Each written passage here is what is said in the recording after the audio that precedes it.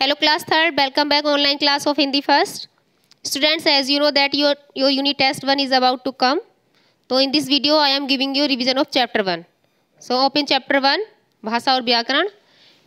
श्याम ने अपने मित्र से पूछा, राम क्या तुम शाम को पार्क में खेलोगे? राम ने कहा, हाँ मित्र मैं खेलूंगा.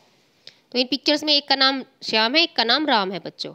दूसरी पिक्चर देखिए, यहाँ पर है दादी माँ ने सोहन को उपहार दिया, सोहन ने दादी माँ को धन्यवाद दिया. तो बच्चों ऊपर लिखे वाक्यों को हमने पढ़ा और देखा कि एक ने एक बात कही और दूसरे ने उस बात को समझा. रोहन अपने भाई को पत्र लिख रहा है. रोहन ने जो लिखा उसका भाई उसे पढ़कर जानेगा.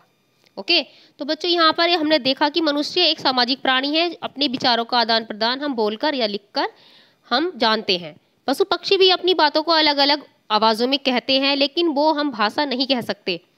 तो भाषा वह साधन है जिसके द्वारा मनुष्य बोलकर अथवा लिखकर अपने मन के विचारों को प्रकट कर सकता है तथा दूसरे व्यक्ति के विचारों को समझ सकता है. आपको ये डेफिनेशन याद करनी है. नेक्स्ट है भाषा के प्रकार. अब हम जानेंगे कि भाषा के कितने प्रकार होते हैं. भावों और विचारों की अभिव्यक्ति के लिए दो विधियों को अपनाया गया, एक लिखकर और एक बोलकर. तो ये तो स्पष्ट है कि भाषा के दो रूप होते हैं, मौखिक और लिखित. अब हम जानेंगे कि मौखिक भाषा क्या होती है. बोलना तथा सुनना भाषा का प्रथम व प्राचीनतम रूप है. हम जो कुछ बोलते या सुनते हैं बच्चों, वो हमारी मौखिक भाषा बन जाती है. जैसे हम गाना सुनते हैं, नानी आपको कहानी सुनाती हैं, टीवी देखते हैं, ये सब हमारे मौखिक भाषा में आते हैं. लिखित भाषा में क्या होता है बच्चों, जब मनुष्य को भाषा को अपने रूप में व्यक्त करने के लिए कुछ लिखने का सहारा लेना पड़ता है, यानी जब हम अपनी बातों को लिखकर दूसरों तक पहुँचाते हैं, वह भाषा का लिखित रूप कहलाता है.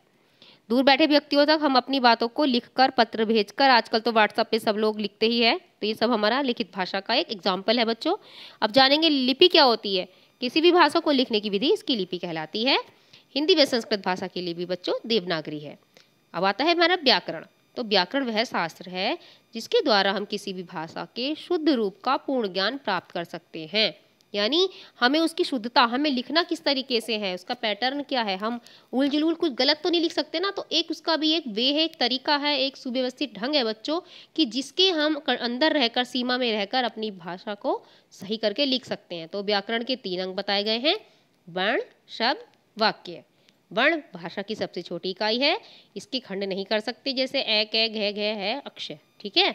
अब शब्द जो है वर्णों का सार्थक समूह होता है, यानी शब्दों को, वर्णों को हम मिलाकर शब्द बनाते हैं, जैसे कै मैल कमल, गै गैन गगन, विद्यालय, इस तरह के. वाक्य है शब्दों के सार्थक समूह को वाक्य कहते हैं. एक सेंटेंस किसको कहते हैं, यानी सूर्य पूरब दिशा से निकलता है, ये हमारा एक पूरा सेंटेंस हो गया, ये हमारा एक पूरा वाक्य हो गया कि मुझे याद करना है, ये पूरा वाक्य हो गया. हमें गुरुजनों का आदर करना चाहिए, ये एक वाक्य बन गया. तो ऐसे ये हमारे वाक्य बन जाते हैं बच्चों. हिंदी हमारी राष्ट्रभाषा और राजभाषा भी है, और इसको जो गौरव मिला, यानी वो जो अस्तित्व में आई हमारी भाषा, वो आई है 14 सितंबर सन 1949 को. क्लियर. अब आती है राष्ट्रभाषा क्या होती है.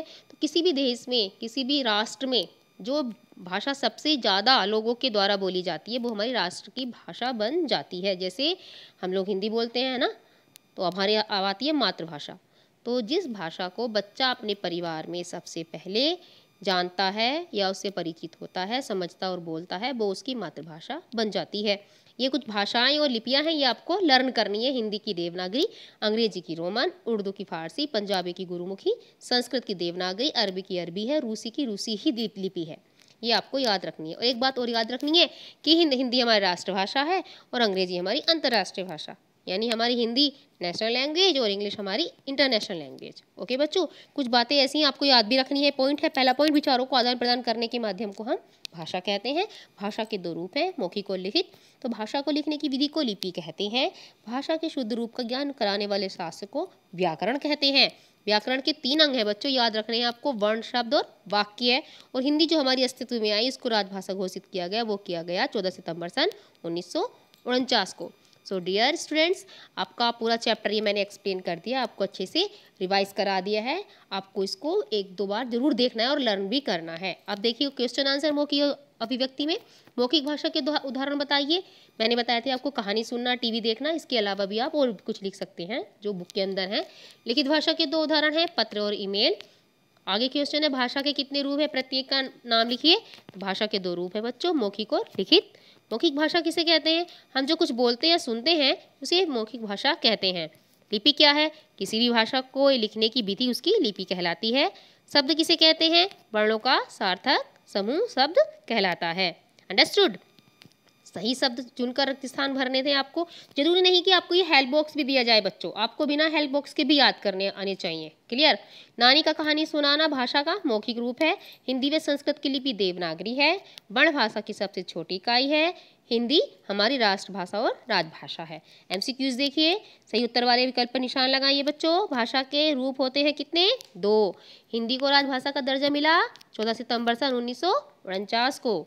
भाषा भारत की राष्ट्रभाषा है हिंदी।